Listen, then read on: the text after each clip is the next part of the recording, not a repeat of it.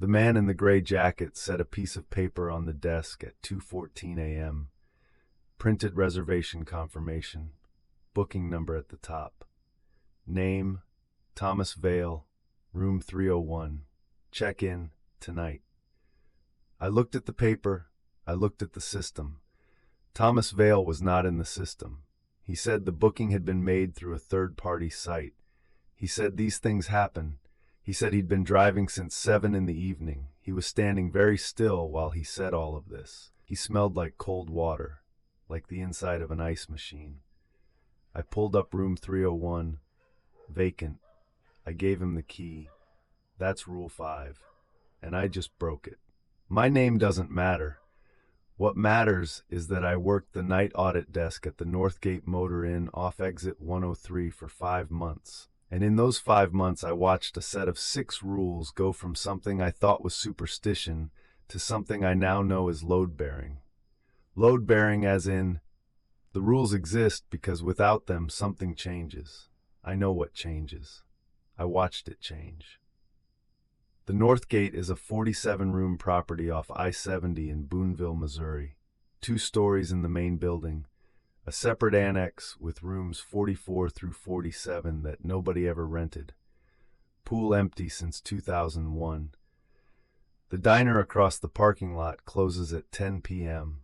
After 10 p.m., the lot is empty except for whatever trucks have pulled off the highway.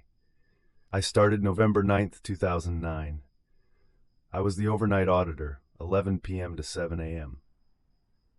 The man who trained me, if you can call it training, was named Dale Pritchard. He'd been there 4 months. He was supposed to give me a 2-night handoff, walk me through the PMS system, show me the audit printout process, explain the emergency protocols. He handed me the paper on night 1, around 11:40 p.m., and he said, "Read these and follow them exactly, and don't ask me about any of them, because I don't know the answers." The paper was folded in quarters. Notebook paper. 6 rules. Handwritten. Not Dale's handwriting. I found out whose handwriting it was later. Not that night. That night I unfolded the paper and I read it and I thought, okay, this is a weird place. The previous auditor had a weird sense of humor. Somebody is messing with the new guy. I thought that until night 3. If the phone in room 112 rings after midnight, let it ring. Do not answer it. Do not call it back. Room 112 was at the end of the ground floor east wing. Corner room.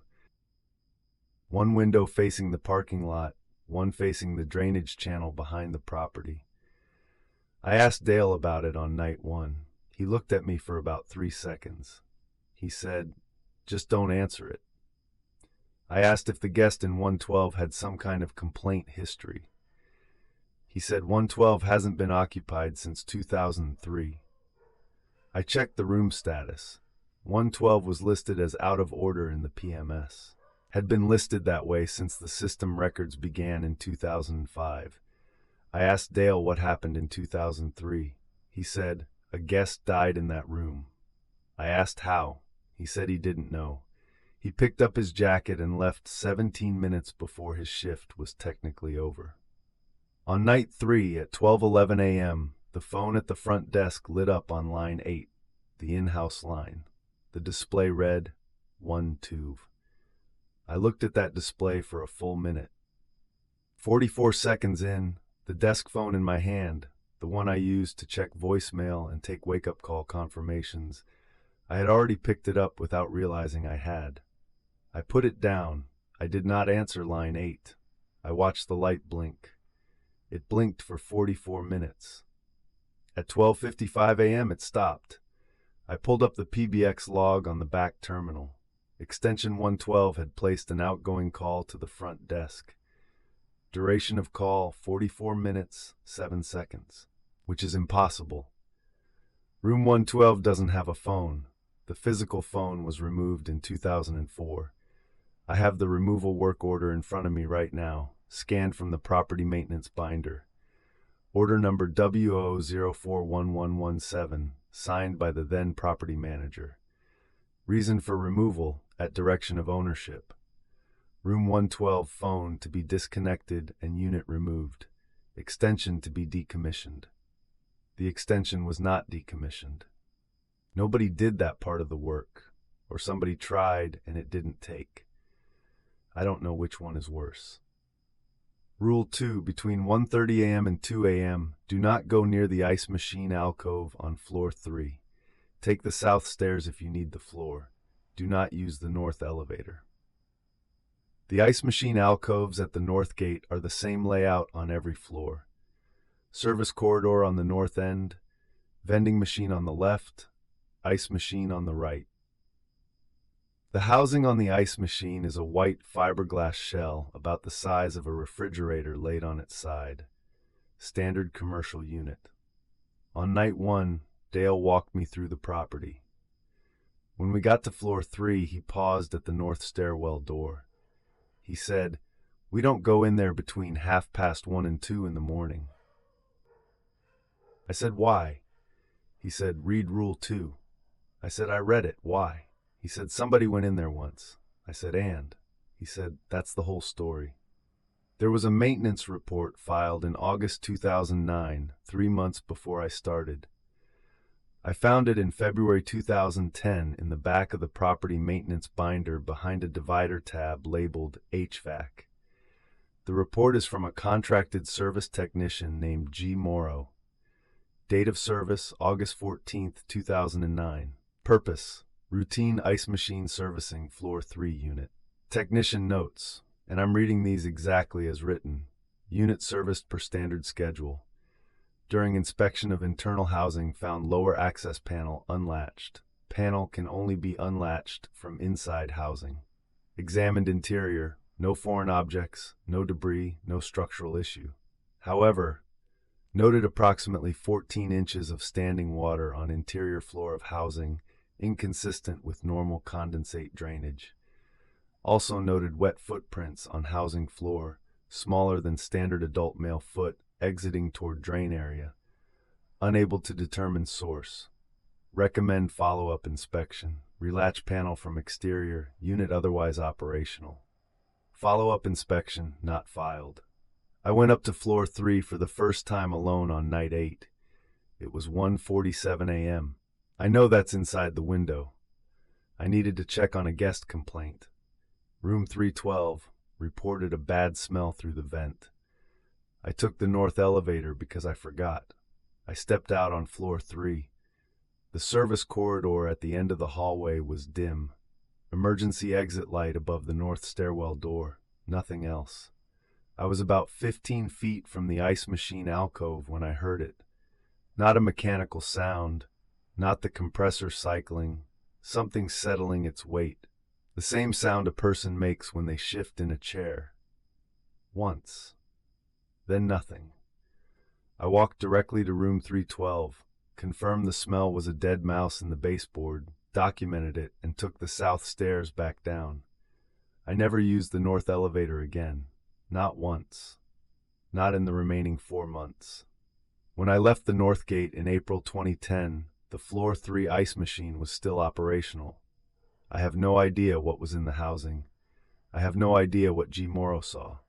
G. Morrow filed one more work order for a different property in October 2009, and then nothing. I checked the company's contractor database. His license expired in December 2009. Renewal. Those were the first 2 rules. I learned them from the paper and from Dale's careful avoidance of any real explanation. Rule 1 and Rule 2 were the ones that felt like superstition. The kind of thing a building accumulates over time. The kind of thing you can almost explain away if you don't look directly at it. I was wrong about that. The next 2 rules were the ones that made me understand. The rules weren't superstition. They were maintenance. Somebody had figured out what the building needed, and they wrote it down. And every auditor who came after just kept following the list. Because the list was the only thing keeping everything in whatever passed for balance. I understood that clearly by week 6. By then it was Thursday, and Thursday was Rule 3. On Thursday mornings at exactly 4 a.m., process the checkout for room 209, even if the system shows no guest, even if the room is physically empty, process it. The first Thursday I worked, November 19th, 2009, I did not follow Rule 3. I didn't know about it yet. Dale had given me the paper, but I hadn't processed what Rule 3 meant. I thought it was a formatting glitch, a ghost record from some old billing system. I thought, I'll clear it out properly instead of manually processing a checkout for a room with no guest. At 3:58 a.m., I opened the PMS to start the night audit reconciliation. Room 209 showed an outstanding balance, $47, no guest name, no card on file, just the amount and a check-in date of March 14th, 2007. I voided it. At 4:07 a.m., the front desk phone lit up. Line 6, extension 209. I did not answer it. The light blinked 9 times, then stopped. I walked to the window and looked out at the parking lot. Nothing moved. At 4:09 a.m., the door to room 209, I can see the east wing from the front desk camera monitor. The door to room 209 opened. Not wide, about 4 inches. Then it closed. Nobody had come out, nobody had gone in. I processed room 209 manually at 4:11 a.m. The balance cleared, the door stayed closed. I went out and physically confirmed the room at 4:20 a.m. Empty. Beds made, towels folded. The digital keycard lock on the door showed no entry since November 14th, 5 days prior, when the housekeeper had cleaned it. The door had opened on its own from a room with no active keycard. The deadbolt was not thrown, but the chain latch, the interior chain, was unhooked. I know it was unhooked because when I opened the door, it moved freely. That chain unhooked itself from the inside. I went back to the desk. I read Rule 3 again. Then I read it a third time. Even if the room is physically empty, process it. They knew. Whoever wrote this knew. They knew the room would look empty. I looked up the Haas registration on my own time, 2 weeks after the November Thursday. The original paper registration. The Northgate kept physical sign-in cards in a box behind the desk until 2008, then digitized them, was in a green card file in the back office.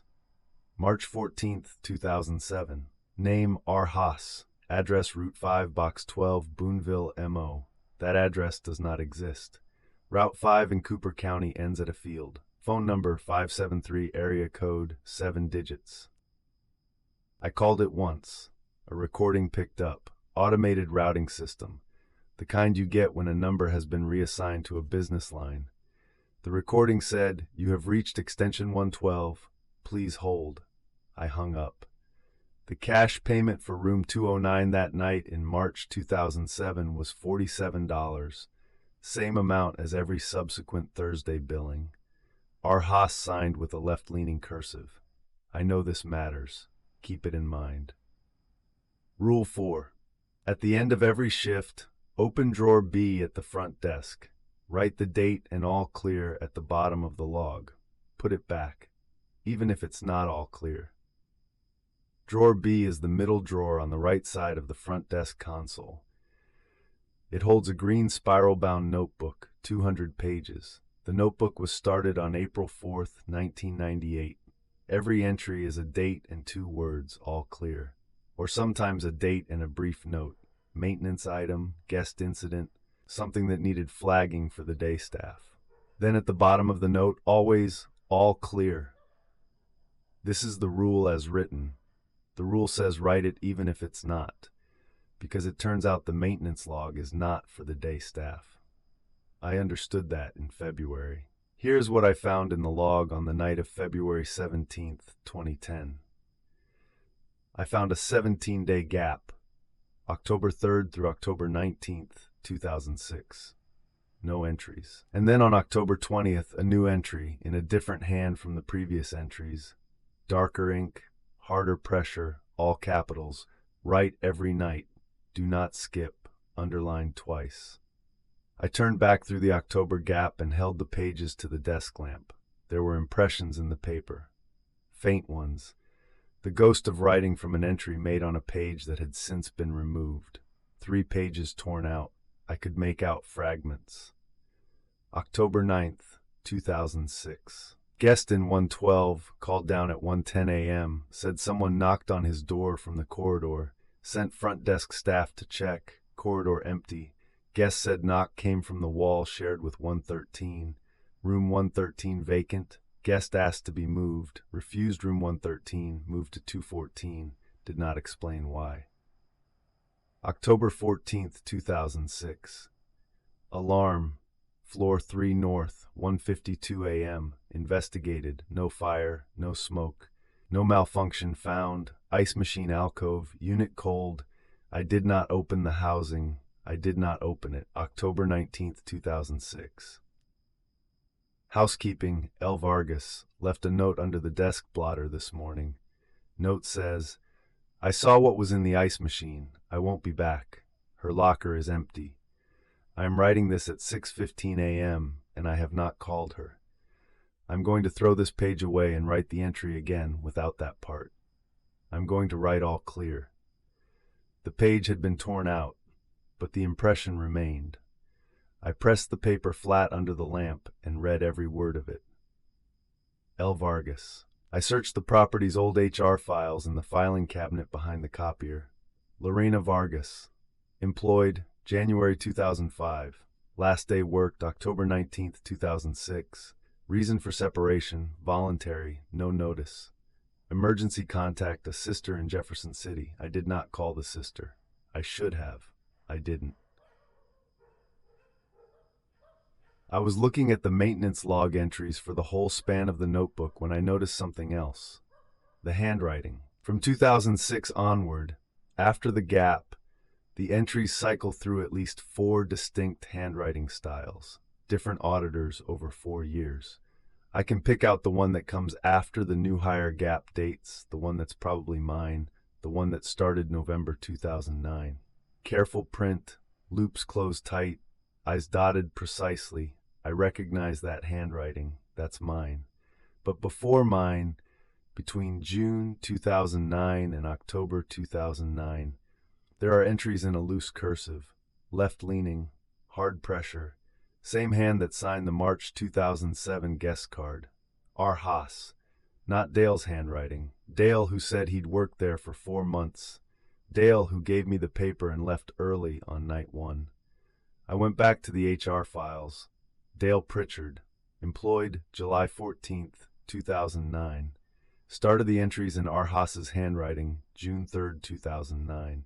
6 weeks before Dale was hired. Dale hadn't written those entries, which means either someone else named Dale Pritchard worked the night audit from June to July 2009, or the man who handed me that paper and said his name was Dale Pritchard was not the man whose HR file I was reading, or the man whose handwriting matches R. Haas, a man who checked into room 209 in March 2007 and never checked out, had somehow been writing the maintenance log at the Northgate Motor Inn from inside a room that billed itself out every Thursday at $47.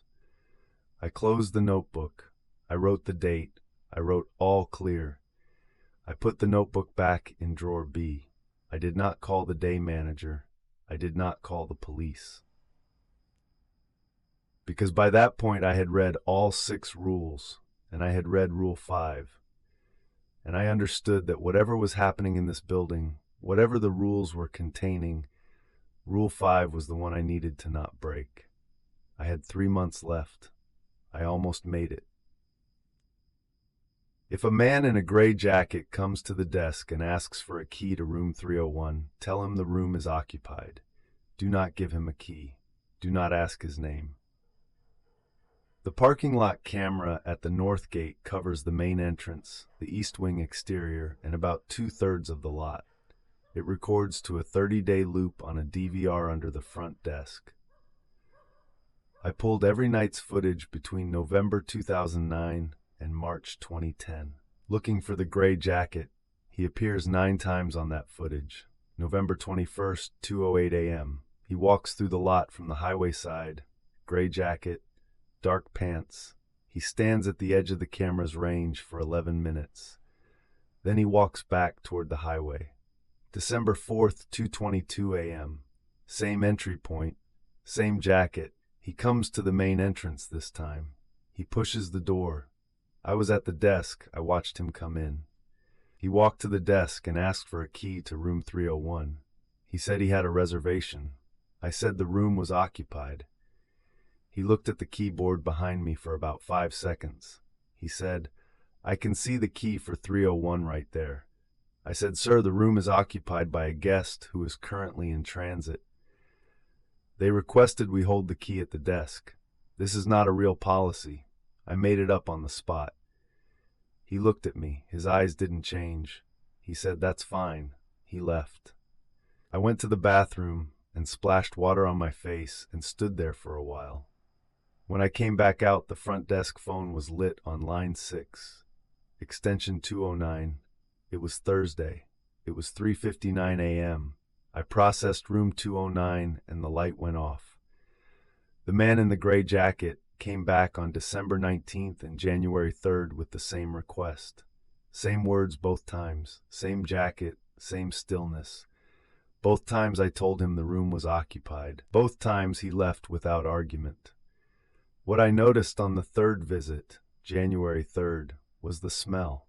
When he leaned against the desk counter, cold water, the specific cold of a machine that has been running in an unheated space. The same smell that comes off the ice machine housing when you stand too close. I had stood too close once. Night 8, I knew the smell. Rule 6. At the end of every shift, count the keys on the board. There should be 23. If you count 24, lock the front door. Sit at the desk, do not call anyone. Wait. I counted the keys every morning, 23, every morning for 5 months. I had the pattern memorized. Which pegs held which keys. I knew the empty pegs by position. On April 2nd, 2010, my last scheduled shift, I counted at 5:50 a.m. 24. I counted again, 24. The extra key was hanging on the peg for room 301, room 301's key. The key I had given to the man in the gray jacket at 2:14 a.m. The key I had personally watched him take off the desk and close his hand around. The key I had watched him carry through the lobby and toward the elevator. It was back on the board, still warm. Let me go back to 2:14 a.m. He came in with the printed reservation, booking number at the top, name, Thomas Vale, room 301. Check-in tonight. The booking number was real. I typed it into the third-party portal we used. It pulled up a reservation, created 6:47 p.m. that evening. Credit card on file, no issues. I gave him the key. He took it without looking at it. He walked to the elevator. He pressed floor 3. I watched on the camera. The elevator doors closed. At 2:31 a.m., I walked up to floor 3 to check on room 301. I don't know why I went up. I didn't have a reason. I just felt like I needed to see. Room 301 is at the far end of the north hallway, past the ice machine alcove. The alcove was quiet when I walked by. Not past 2 a.m. anymore. Just after. Still, I walked past quickly. The door to room 301 was closed. I knocked. No answer. I used the master key. The room was empty. Bed untouched. Lights off. The window was open. Not the curtain, the actual window. Pushed up all the way. The screen was leaning against the exterior wall, still on the outside ledge. Someone had pushed it out. I walked to the window, 40 feet to the parking lot. No ledge, no drain pipe, no fire escape on this side of the building. Nothing a person could have used to climb down. I looked at the parking lot. The gray jacket man was not in the parking lot. The gray jacket man was not anywhere I could see. Room 301's keycard lock showed one entry. 2:21 a.m. No exit. The key was in the room, on the bed. I carried it back to the desk. I hung it on the board. At 5:50 a.m. I counted, 24. The key for room 301 was on the board. The key I had just hung there 20 minutes before. And also on the peg next to it, a a second key, also tagged room 301. 2 keys for room 301 on the board. The key I had just carried downstairs and the key that had come back on its own. I locked the front door. I sat at the desk. I did not call anyone. At 5:53 a.m., the phone lit up on line 6, extension 209. It was Friday, not Thursday. The rule said Thursday. This was Friday at 5:53 a.m. I did not answer it. The light blinked 31 times. I counted. At 6:04 a.m., line 8 lit up, extension 112. I did not answer it. At 6:47 a.m., the day auditor knocked on the locked front door. I let her in. I gave her the key count. I wrote it down as 23. I did not tell her about the 24th key. I did not tell her I had locked the door. I did not tell her about any of it. I went home. I did not sleep. I went back to the Northgate one time in August of that year. I drove through the parking lot at 11 p.m. I didn't go in. The north wing was dark. All the rooms, every window. Then one window lit up, 3rd floor, north end, room 301. I drove away. I have not been back. Before I left that last morning, before the day auditor knocked, I took the paper out of my jacket pocket, the original paper, the one Dale gave me, 6 rules. I had been carrying it since November. I unfolded it and smoothed it on the desk. I took a pen. Under the last rule, I added a line, a 7th rule. I wrote it in my handwriting, careful print, loops closed tight, eyes dotted. I folded the paper back into quarters. I put it in the drawer by the audit forms. Not drawer B, a different drawer. The drawer the next auditor would open on their first night, looking for the staple remover. I don't know if they found it. I don't know if they followed it. I don't know what they wrote in the maintenance log under drawer B on their first night, or if they wrote it at all. I hope they did. I hope they wrote all clear and meant it. I hope they never counted 24. I hope they never smelled cold water in a warm lobby at 2 a.m. The 7th rule I wrote was this. If you are reading this for the first time, the rules are there because someone paid attention. Pay attention. And if the man in the gray jacket comes back, do not ask his name. We